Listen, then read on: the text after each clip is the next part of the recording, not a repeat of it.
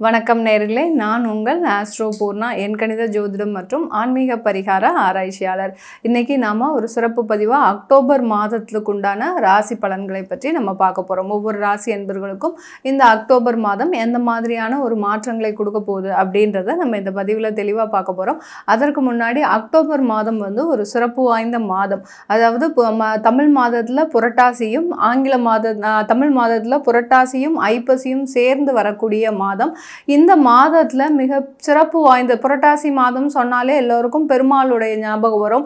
அதே சமயத்துல அங்க பிதுர்களுடைய அதாவது முன்னோர்களுடைய கடமையை, அதாவது யார் யாருக்கெல்லாம் சாபம் இருக்குதோ, முன்னோர்கள் சாபம் இருக்குதோ, யார் யாரெல்லாம் சில பேர் பார்த்தீங்கன்னா வெளியூர்ல இருந்திருப்பாங்க, தன்னுடைய பெற்றோர்கள் இறந்தா கூட அந்த நேரத்துல வர முடியாத ஒரு சூழ்நிலை, இல்லை அவங்களால செய்ய முடியாத கர்மாக்களை செய்ய முடியாத ஒரு சூழ்நிலையிலாம் இருந்திருப்பாங்க. அதற்கு உண்டான ஒரு நேரமாக தான் இந்த மகாலயபட்சம்ன்றது இந்த மாதத்துல வருது. இந்த மாதத்துல அது செப்டம்பர் மாதமே ஆரம்பிச்சாச்சு, 18ஆம் தேதி. இந்த மாதத்துல 2ஆம் தேதியோட, அதாவது 2ஆம் தேதி அமாவாசை வருது. அந்த அமாவாசைக்கு பேரு மகாலய அமாவாசைன்னு பேரு. இந்த மாலயபட்சம் 3ஆம் தேதி அக்டோபரோட நிறைவடையுது. இந்த மகாலய அமாவாசையில யார் யாருக்கெல்லாம், எந்த ராசி என்பர்களுக்கு எல்லாருக்கும் தன்னுடைய வீட்டுல ஒரு தோஷங்கள் இருக்குதுன்னு நினைக்கிறீங்களோ, இல்ல கர்மால சரியா செய்ய முடியல அப்படின்ற மாதிரி, சில பேருக்கு முன்னோர்கள் சாபம் இருக்கும், பெண் சாபம் இருக்கும், அந்த மாதிரி இருக்கக்கூடிய அன்பர்களுமே சரி, எல்லா ராசி அன்பர்களுமே இந்த மாலயபட்ச அமாவாசை தினத்தன்று நீங்க அந்த ஒரு தர்ப்பணம் மாதிரி பண்ணி, இல்ல ஆற்றங்கரையோரம் ஏதோ ஒரு தானம், வாழைக்காய், அரிசி அந்த மாதிரியான ஒரு பொருட்களை தானம் செய்தாலே உங்களுடைய சாபங்கள் முழுமையாக நிவர்த்தி பெறக்கூடிய ஒரு நேரமாக தான் இருக்கு. இந்த அமாவாசை 2/10 அன்னைக்கு வருகின்ற அமாவாசையில ஒரு இன்னும் என்ன அப்படி இருக்கு அப்படின்னு பார்க்கும்போது கிரகணத்தோட வருது. அங்கதான் அந்த கன்னி ராசியில அந்த அமாவாசை வரும்போது அங்கதான் சூரியன், சந்திரன், கேதுன்ற அந்த சர்ப்ப கிரகமும் இருக்கிறதுனால, அந்த கிரகணத்தோட அந்த அமாவாசை வர்றதுனால இந்த காலகட்டம் மிகவும் சிறப்பு வாய்ந்த ஒரு அமாவாசையா இருக்கும். கர்ப்பிணி பெண்கள் வெளியில வரக்கூடாத ஒரு நேரமாக இருக்கும். நம்மளுடைய நாட்டில் தெரியுமா அப்படின்னா அது ரொம்ப அளவுக்கு பாதிப்பு கிடையாது. இருந்தாலும் நம்ம அந்த அனுஷ்டானங்களை அனுசரிக்கிறது மிகவும் சிறப்பு வாய்ந்தது. அடுத்து இந்த அக்டோபர் மாதத்துல நவராத்திரி ஆரம்பிக்குது. 3ஆம் தேதி ஆரம்பிக்குது, பாட்டிமை அன்னைக்கு ஆரம்பிக்குது. நீங்க அமாவாசை அன்னைக்கு இரவு நேரத்திலேயே நீங்க அந்த இதை வச்சுக்கலாம், அதாவது கலசத்தை வச்சு ஆரம்பிக்கலாம். 3ஆம் தேதி ஆரம்பிக்கக்கூடிய அந்த நவராத்திரி ஆகப்பட்டது 11ஆம் தேதி அன்னைக்கு உங்களுக்கு சரஸ்வதி பூஜை வருது. 12ஆம் தேதி 12 அக்டோபர் ஆயுத பூஜை. 13 அக்டோபர் பார்த்தீங்கன்னா உங்களுக்கு அந்த நவராத்திரி விழாவாகப்பட்டது நிறைவடையுது. இந்த மாதத்துல கடைசியாக, அதாவது 16/10 அன்னைக்கு உங்களுக்கு பௌர்ணமி. இந்த பௌர்ணமி அன்னைக்கு நீங்க சத்யநாராயண பூஜை வழிபாடு பண்றதுனால உங்களுக்கு இருக்கக்கூடிய கடன் தொல்லைகள் குறைவதற்கு உண்டான ஒரு சிறப்பு வாய்ந்த ஒரு மாதமாக தான் இந்த மாதங்கள்.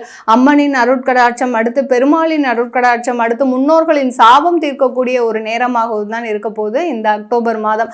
இந்த மாதத்துல ஒவ்வொரு ராசி என்பர்களுக்கும் எந்த மாதிரியான மாற்றங்கள் கிடைக்க போகுதுன்றதை நம்ம இந்த பதிவுல தெளிவா பார்க்கலாம். மிதுன ராசி என்பர்களுக்கு அக்டோபர் மாத கிரக அடைவுகள் அப்படின்னு பார்க்கும்போது, ராசியிலேயே செவ்வாய் பகவான், ராசிக்கு 4ஆம் இடத்துல சூரியன், புதன், கேது, ராசிக்கு 5ஆம் இடத்துல சுக்கிரன் பகவான், ராசிக்கு 9ஆம் இடத்துல சனி வக்ரமாக இருக்கிறார், ராசிக்கு 10ஆம் இடத்துல ராகு பகவான், ராசிக்கு 12ஆம் இடத்துல குரு பகவான்.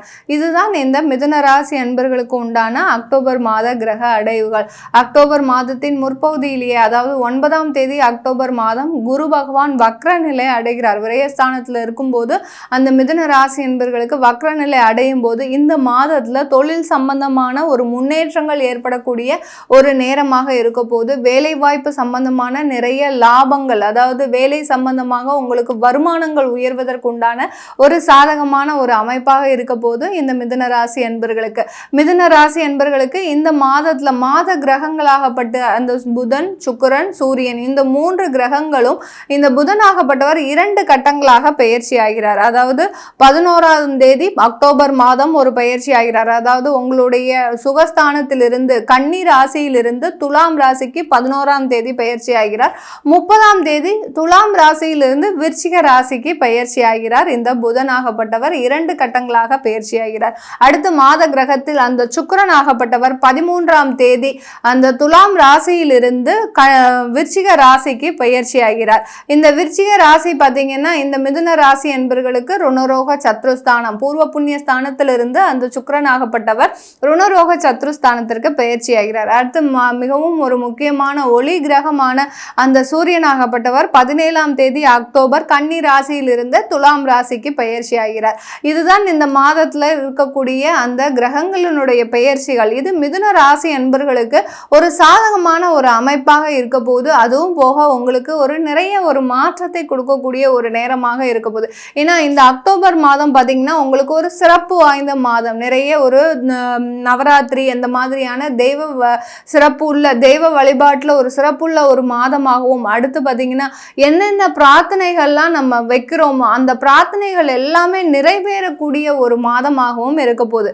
ஏன்னா அந்த புரட்டாசி ஐப்பசி 2 மாதங்கள் வரும்போது இங்க சூரியன் ஆகப்பட்டவர் நீச்சம் அடைகிறார். அந்த ஒளி கிரகமாகப்பட்டது இந்த மாதத்துல அக்டோபர் மாதத்துல நீச்சம் அடையும் போது நமக்கு தேவையான அந்த சில பிரச்சனைகள் இருந்து சில பேருக்கு பார்த்தீங்கன்னா உங்களுக்கு சூரியனே அந்த துலாத்துல தான் இருக்கும். அப்படி இருக்கும்போது இந்த மாதிரியான நேரத்துல அந்த கோச்சார கிரகங்களும் வரும்போது உங்களுக்கு இந்த மிதுன ராசி அன்பர்களுக்கு ஒரு மிகவும் ஒரு சிறப்பு வாய்ந்த அமைப்பாக இருக்கும். அந்த நம்ம ஜாதக ரீதியா கிரகங்கள் எப்படி இருக்கோ அதே மாதிரி கோச்சார ரீதியாகவும் வரும்போதுதான் மிக அதிக அளவு பலனை கொடுக்கக்கூடிய ஒரு நேரமாக இருக்கும். இப்போ இந்த மிதுன ராசி என்பவர்களுக்கு சூரியனாகப்பட்டவர் உபஜய ஸ்தானாதிபதி. அவர் அந்த பூர்வ புண்ணிய ஸ்தானத்துல வரார். பூர்வ புண்ணிய ஸ்தானத்துல வரும்போது சில பேருக்கு பார்த்தீங்கன்னா வேலை இழப்புகள் அதிகமாக இருந்திருக்கும். கடந்த ஒரு 3 மாதங்களாக இந்த மிதுன ராசி என்பர்களுக்கு வேலை இழப்புகள் அதிகமாக இருந்திருக்கும். இந்த செப்டம்பர் எண்டில் இருந்து பார்த்தீங்கன்னா உங்களுக்கு இந்த அக்டோபர் மாதம்லாம் வேலை வாய்ப்புகளே இல்லாமல் இருப்பாங்க. சில பேர் பார்த்தீங்கன்னா எனக்குன்னு படிப்புக்குன்னு உகந்த ஒரு வேலையே இல்லை. மிதுன ராசி என்பர்கள் செய்யக்கூடிய திங்க் பண்ணக்கூடிய ஒரே ஒரு விஷயம் என்னன்னா, என்னுடைய தகுந்த படிப்பிற்கு எந்த விதமான வேலையும் இல்லை அப்படின்னு நினைக்கக்கூடியவர்களுக்கு இந்த மாதம் அதற்குண்டான ஒரு வேலை வாய்ப்புகளும் வருவதற்கு உண்டான ஒரு சாதகமான ஒரு மாதமாக இருக்க போகுது. ஏன்னா உங்களுடைய ராசியிலேயே உங்களுடைய ராசி அதிபதியாகப்பட்ட அந்த புதனாகப்பட்டவர் அந்த 4ஆம் இடத்துல உச்சம் பெற்று இருக்கிறார். பிற்பகுதி பார்த்தீங்கன்னா உங்களுடைய பூர்வ புண்ணிய ஸ்தானத்திற்கு நகருகிறார். அது சூரியனோடு நகரும் போது சூரியனாகப்பட்டவர் நீச்சமா இருக்கிறார். அதனால உங்களுக்கு சில பேருக்கு தடைகளாக இருந்த சில வேலை வாய்ப்புகள் எல்லாமே இப்போ வாய்ப்புகள் கிடைக்கக்கூடிய ஒரு நேரமாக, வெற்றியை தரக்கூடிய ஒரு நேரமாக இருக்கும்.